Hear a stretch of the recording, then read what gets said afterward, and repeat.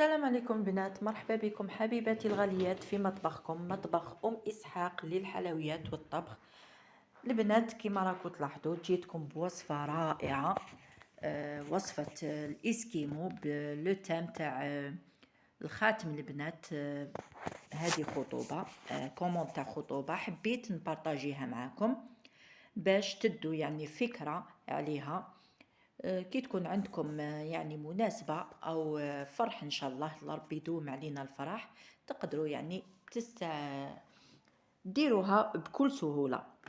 نبداو بسم الله على بركة الله في الوصفة والمقادير. راح نبدا أول حاجة في الصابلي. أنا البنات الإسكيمو هذا راح نديرو صابلي كيما راكو تلاحظوا هنا. عندي 250 غرام تاع لا مارغارين تكون طرية، عندي زوج بيضات على راس المغرف فقط تاع خميرة حلويات، كاس ناقص أصبع تاع سكر ناعم، وكاس ناقص أصبع تاع لا مايزينا. درت البنات كل شيء مع بعض هنايا وراني نخلط فيه بالبيتخان. اذا عندكم باتور تستعملوا الباتور، ولا ما كاش تقدروا تستعملوا الفوي او الخلاط اليدوي عادي.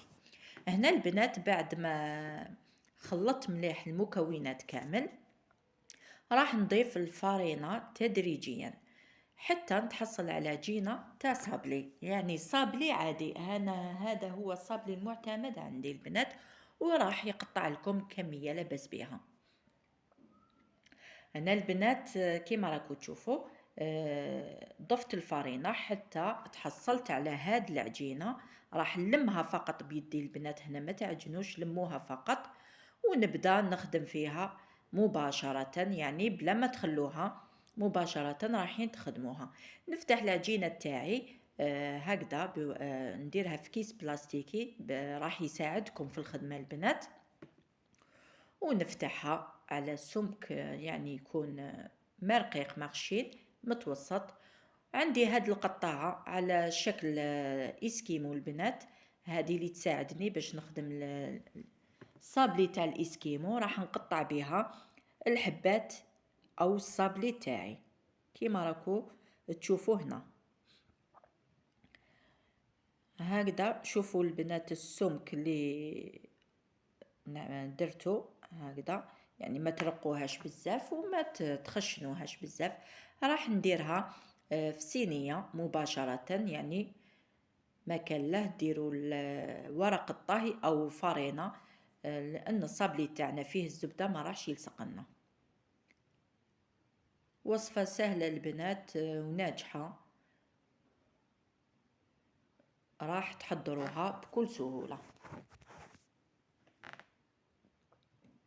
انا هنا البنات كانت عندي كومون تاع 30 حبة، راح نخلي لكم المقادير المضبوطة في صندوق الوصف ل 30 حبة تاع إسكيمو.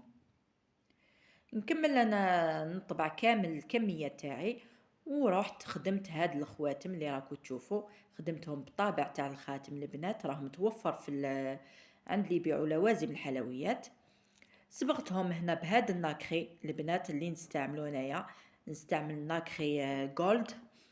درت له كمية من الزيت باش يعطيني هذاك اللمعان. ودرت بالعجينة تاع السكر البنات، نستعمل دائما امل، عجينة بزاف شابة ورائعة، راح تنشف لكم بالخف. البنات هنا راني ندير لهم في كريمة الزبدة. كريمة الزبدة كنت حضرتها في عدة وصفات معاكم، راح نخلي لكم ايضا في مقاديرها ل 30 حبة في صندوق الوصف. هنا البنات درت لها في الوسط هاد الاسكيمو تاعي، حشيته بحشوتين كريمة الزبدة وزبدة الفول السوداني البنات. راح يعطيكم بزاف بنة للصابلي تاعكم، بنة رائعة.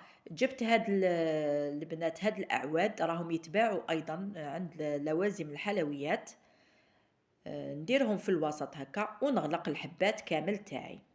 هنا البنات بعد ما غلقتهم كامل، شوفوا معايا كملت كامل الكمية تاعي، راح نديرهم في الثلاجة باش هذه الكريمة تاع الزبدة تشد لنا او تجمد لنا، وما راحش تذوب لكم كي ديروا الشوكولا تاعكم. هنا دوبت علبة تاع دادا شوكولا بيضاء، على حسب طلب الزبونة. البنات حبتها بيضاء، نتوما إذا حبيتوا ديروها بالشوكولا السوداء أو بالحليب لكم الاختيار، يعني كل واحد واش حب. هنا راني نطلي في الحبات تاوعي، شوفوا معايا نطليهم كامل بهذه السهولة. كي تكون يعني الكريمة هذيك جامدة راح تجيكم الحبة متحوفة بهذا الشكل كما رانا نلاحظوا. نحطها نطليها ونحطها في كيس بلاستيكي هكذا باش ما تلصقناش. نطلي كامل الحبات البنات اللي عندي بهاد الشوكولا. انا البنات هنا راني نخدم فيها في الليل باش توجد لي للصباح ان شاء الله تجي تديها الزبونه.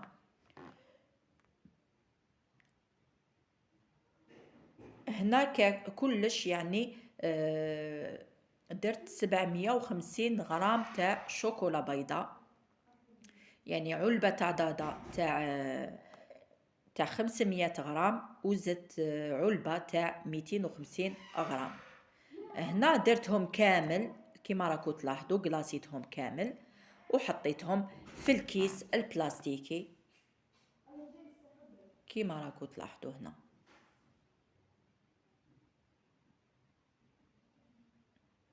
نكمل انا كامل الكمية تاعي ونخليهم ينشفوا بجيه.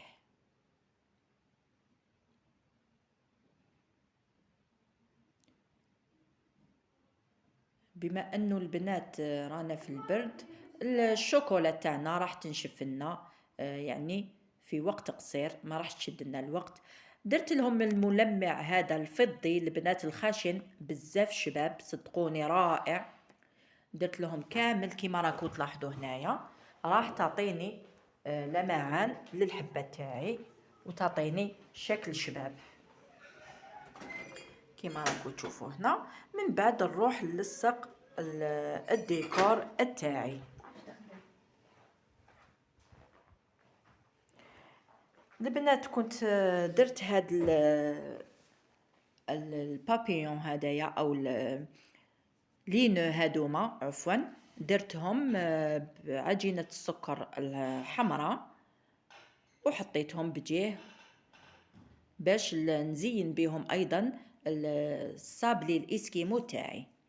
هنا راني نلصق البنات في الخواتم تاع اللي كنت خدمتهم بعجينة السكر بواسطة، درت كمية من الجلوكوز مع شوية تاع الماء، يعني ما تكتروش الماء، قليل من الماء باش تتحصلوا على غراء بهذا الشكل كما راكو تلاحظوا هنا. ونلصق هذاك النو بهذه الطريقة هذه هكذا راح تعطيكم. شوفوا البنات شحال تجي الحبة تاعي شابة وتجي ما شاء الله عليها. والتزيين يبقى اختياري البنات كما حبيتوا، انا لهنا راني نزين فيها على حسب طلب الزبونة بهذا الشكل. نكمل كامل الكمية تاعي نلصقها بهذه الطريقة هكذا البنات. نكمل كامل نلصقهم بنفس الطريقة، شوفوا معايا هنا. من بعد نروح نشوفوا الحلوة تاعنا واجده. وهنا البنات هاي الاسكيمو تاعي راه واجد، زدت درت له هذيك الحاشيه الحمراء مع لي كيسات البنات كيما راكم تلاحظوا. هنا البنات كتبت اسم العريس والعروسه على حسب طلب الزبونه كيما راكم تشوفوا. والتزيين دائما يبقى اختياري البنات. وصفه ناجحه 100%، تستحق التجربه منكم. أبونيوا لبنات القناة، فعلوا الجرس ليصلكم الجديد، ودير الكثير من الجيم البنات باش تعم الفائدة كامل ويوصل الفيديو إلى أكبر عدد ممكن. وإلى اللقاء في فيديو آخر.